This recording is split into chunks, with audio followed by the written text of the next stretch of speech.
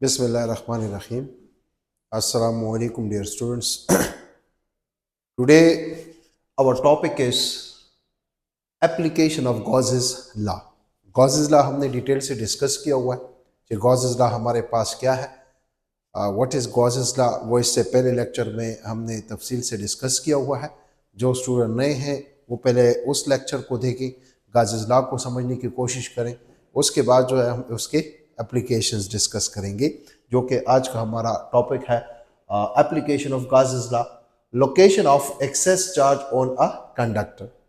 हम आज ये देखना चाहते हैं कि किसी भी कंडक्टर को अगर चार्ज किया जाए तो उस कंडक्टर पर जो सरप्लस चार्जेस आ जाते हैं, चाहे वो पॉजिटिव चार्ज है चाहे वो नेगेटिव चार्ज है, तो वो जो चार्जेस होंगे वो कहाँ पर लाई करेंगे।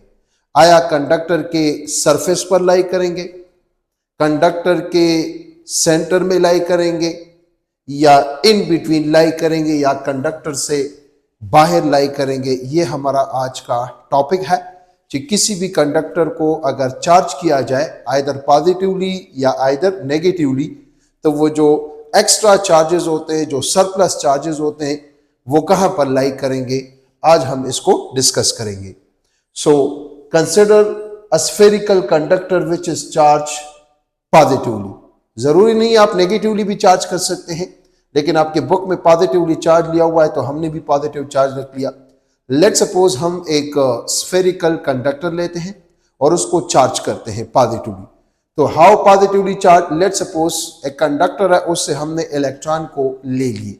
जब इलेक्ट्रॉन हमने निकाल लिए तो उस कंडक्टर पर कौन सा चार्ज आ जाएगा, पॉजिटिव चार्ज आ जाएगा। लेट सपोज स्टूडेंट्स, ये हमारे पास वो कंडक्टर है जिसको हमने चार्ज किया हुआ है positively. This is a conductor. ये हमारे पास स्टूडेंट्स एक कंडक्टर है, दिस इज अ कंडक्टर, और इस कंडक्टर को हम चार्ज करते हैं पॉजिटिवली।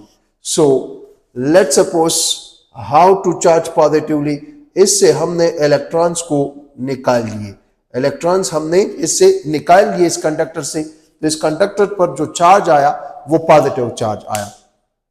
अब अगर देखें स्टूडेंट्स, हम ये जानते हैं कि like charges repel each other. Positive एक दूसरे को रिपेल करेंगे।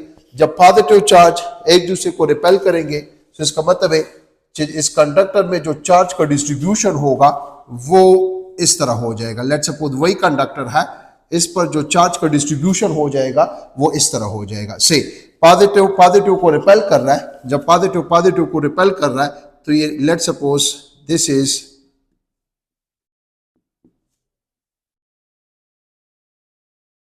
ये जो है, लेट सपोज ये चार्ज पार्टिकल जो है यहां पर आ गए क्योंकि एक दूसरे को रिपेल कर रहे हैं।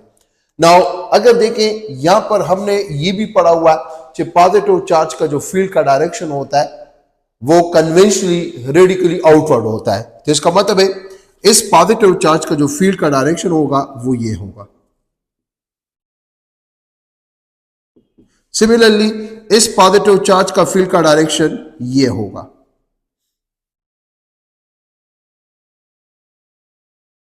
सिमिलरली इस पॉजिटिव चार्ज का फील्ड का डायरेक्शन ये होगा, एंड सो ऑन। इसी तरह पॉजिटिव चार्ज का फील्ड का डायरेक्शन ये होगा और रेडिकली आउटवर्ड होगा। अब याद रखें स्टूडेंट्स, ये जो फील्ड लाइंस है, ये फील्ड लाइन और ये फील्ड लाइन एक दूसरे को रिपेल करेंगे। ये फील्ड लाइन एक दूसरे को रिपेल करेंगे। ये फील्ड लाइन एक दूसरे को रिपेल करेंगे। तो इसका मतलब है जब ये फील्ड लाइन एक दूसरे को रिपेल करेंगे तो इस कंडक्टर, ये स्फीयर के अंदर अगर देखा जाए कोई फील्ड लाइन एग्जिस्ट नहीं करेगा, क्योंकि ये फील्ड लाइंस एक दूसरे को यहां पर क्या करेंगे, रिपेल करेंगे, क्योंकि already we know like field lines always repel each other. इस कंडक्टर का जो सरफेस है, तो सरफेस पर अगर हम टेंजेंशियली चले जाएं तो अगर देखा जाए ये पॉजिटिव चार्ज है, ये भी पॉजिटिव चार्ज है, इस पॉजिटिव का ये फील्ड और इस पॉजिटिव का ये फील्ड, ये भी एक दूसरे को रिपेल करा। इस पॉजिटिव का ये फील्ड लाइन, इस पॉजिटिव का ये फील्ड लाइन, ये भी एक दूसरे को रिपेल कर रहा है। तो इसका मतलब है कि हम कह सकते हैं कि कंडक्टर के अंदर भी कोई फील्ड लाइन एग्जिस्ट नहीं करेगा, और कंडक्टर का जो सरफेस है, कंडक्टर पर अगर हम टेंजेंशियली चले जाएं तो टेंजेंशियली भी कोई फील्ड लाइन एग्जिस्ट नहीं करेगा, why they repel each other.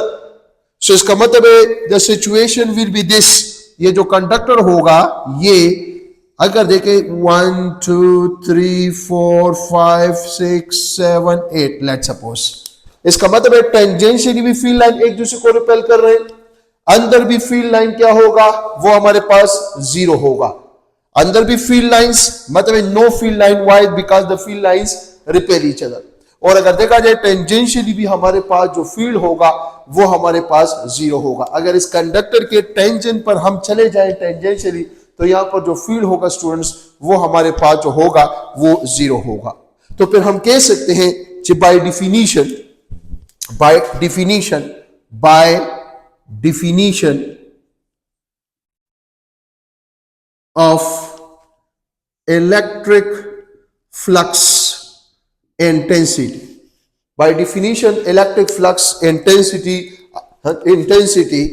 due to a curved surface in which a charge is distributed is equal to the electric flux is equal to the whole surface E vector dot delta A vector। हम कह सकते हैं, बिल्कुल कह सकते हैं, so the electric flux will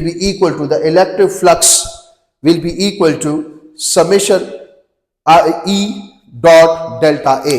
और जब हम डॉट को खत्म करते हैं तो स्टूडेंट्स क्या लगाते हैं, यहां पर हम जो है कॉस लगाते हैं, तो हम कह सकते हैं कि यहां पर जो इलेक्ट्रिक फ्लक्स होगा वो हमारे पास हो जाएगा the electric flux to the whole surface is equal to E delta A into cos theta। और यहां पर अगर देखा जाए हमारे पास अगर बाय डिफिनीशन ऑलरेडी टॉपिक हमने पढ़ा हुआ है, अगर इस हम होल सरफेस को स्मॉल पेचेस में डिवाइड कर लें सही था, तो हर इलेक्ट्रिक लाइंस ऑफ फोर्स और पेच का जो वेक्टर एरिया है वो हमारे पास पैरेलल आता है, उनके दरमियान एंगल जीरो होता है और का जीरो बराबर होता है 1 के। तो हम यहां पर कह सकते हैं theta is 0 degree between E and delta A। E and delta A के दरमियान अगर हम ये स्मॉल पेचेस ले लें तो E और डेल्टा A के दरमियान अगर देखें जो एंगल बनता है वो हमारे पास 0 डिग्री बनता है। So the electric flux due to a closed surface area is equal to summation E delta A into cos 0। और cos 0 स्टूडेंट्स ऑलरेडी हम जानते हैं जो के बराबर होता है cos 0 is equal to 1। So the electric flux due to n charges of the whole surface is equal to E delta A। हम कह सकते हैं E delta A, E is constant, so either E is constant क्योंकि E is equal to KQ divided by R square। तो अगर देखा जाए E क्यों constant था, क्योंकि हम जानते हैं कि E is equal to KQ divided by R square। यहां पर अगर देखा जाए तमाम का जो डिस्टेंस है वो भी सेम है, और अगर देखा जाए चार्जेस सरफेस पे पड़े हुए हैं तो फिर हम कह सकते हैं कि हमारे पास जो E है वो तो कांस्टेंट है जो कि ऑलरेडी वी नो। इस E को आप लोग बाहर निकाल लें तो ये हो जाएगा E whole surface delta A। Let's suppose this is equation number A। So the electric flux due to a charges n charges distributed on a spherical conductor is equal to this। Now this is the electric flux by definition। Electric flux by Gauss's law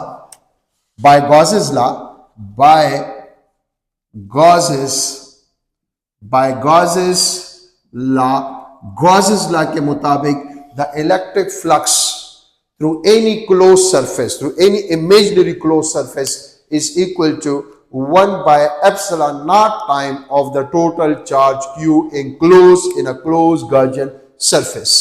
Now students हम अब यहां पर ये देखना चाहते हैं कि हमारे पास जो नेट फ्लक्स होगा, अगर ये हम क्लोज सरफेस ले रहे हैं तो अगर हम ये इमेजिनरी गाजियन क्लोज सरफेस कंसिडर करें this is imaginary closed Gaussian surface. This is imaginary closed Gaussian surface.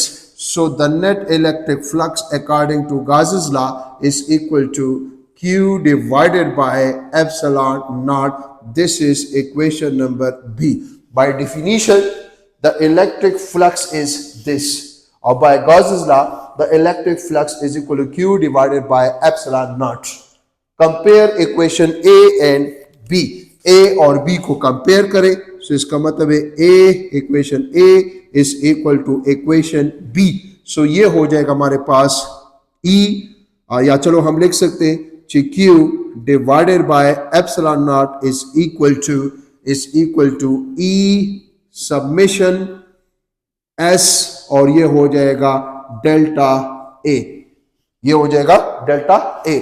अब ऑलरेडी स्टूडेंट्स हम जानते हैं कि electric field lines, as we know, कि electric field lines can not pass through a conductor. सीधा conductor से pass नहीं होते, तो फिर हम कह सकते हैं कि E is 0. Here E is 0. Why?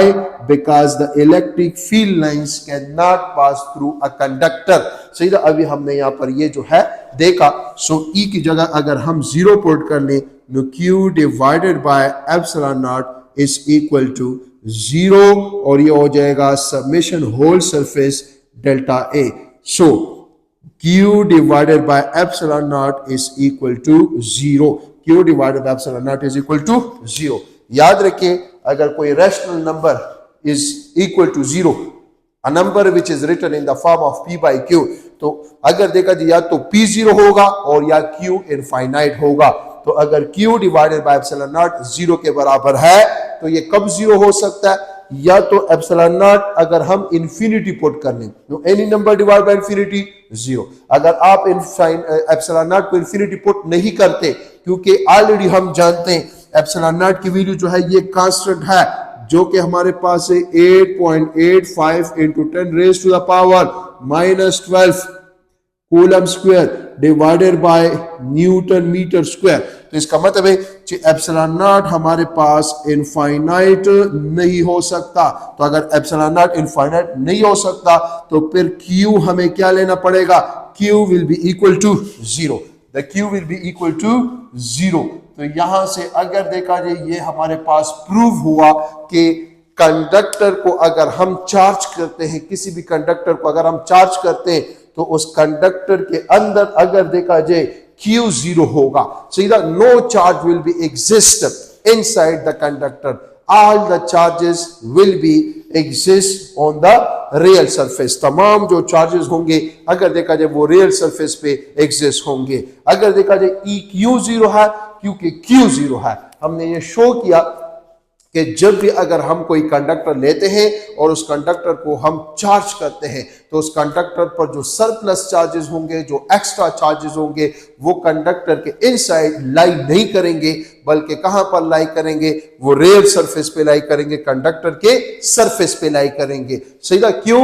अगर देखा जाए why the electric field intensity inside the conductor is equal to 0, because of no charge. Charge की वजह से इलेक्ट्रिक फील्ड होता है. If no charge, no electric field intensity.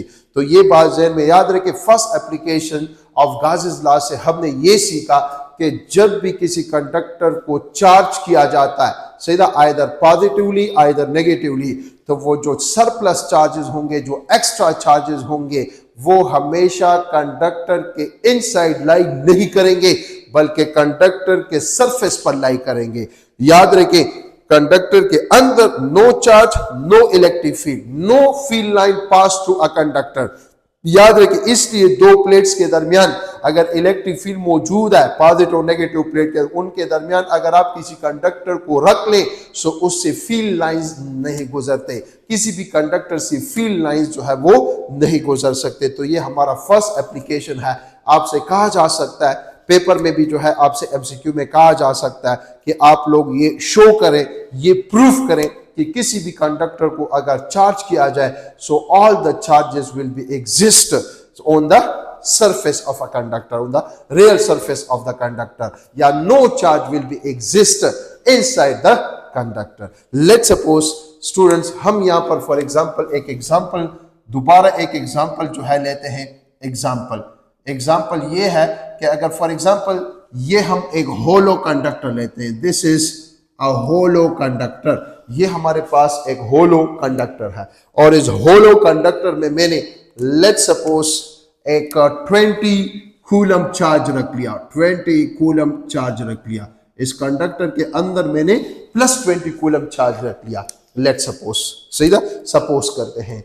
अब ये जो हमारे पास 20 कूलम चार्ज होगा, for example let's suppose one positive charge shows 1 coulomb, let's suppose, सही ना, सपोजिशन हम कर रहे हैं। सो इसका मतलब है ये अपने लिए अगर देखा जाए बाय इलेक्ट्रोस्टैटिक इंडक्शन ये प्लस 20 कूलम है, तो ये यहां पर अपने लिए माइनस 20 कूलम चार्जेस को क्या कर लेगा, यहां पर जो है रीअरेंज कर लेगा। अगर यहां पर नेगेटिव चार्ज आया तो यहां पर कौन सा चार्ज आ जाएगा students, your answer should be कि यहां पर सरफेस पर कौन सा चार्ज आ जाएगा, पॉजिटिव चार्ज आ जाएगा। अब अगर हम देख लें कि what will be the net electric flux inside the hollow conductor, hollow conductor के अंदर नेट इलेक्ट्रिक फ्लक्स क्या होगा, बाय गॉसेस लॉ, अगर हम यहां पर जो है Gauss's law Gaussian close surface ले रहे हैं, for example this is a close Gaussian surface, this is the close Gaussian surface, तो इसका मतलब है ये हमारे पास है प्लस 20 कूलम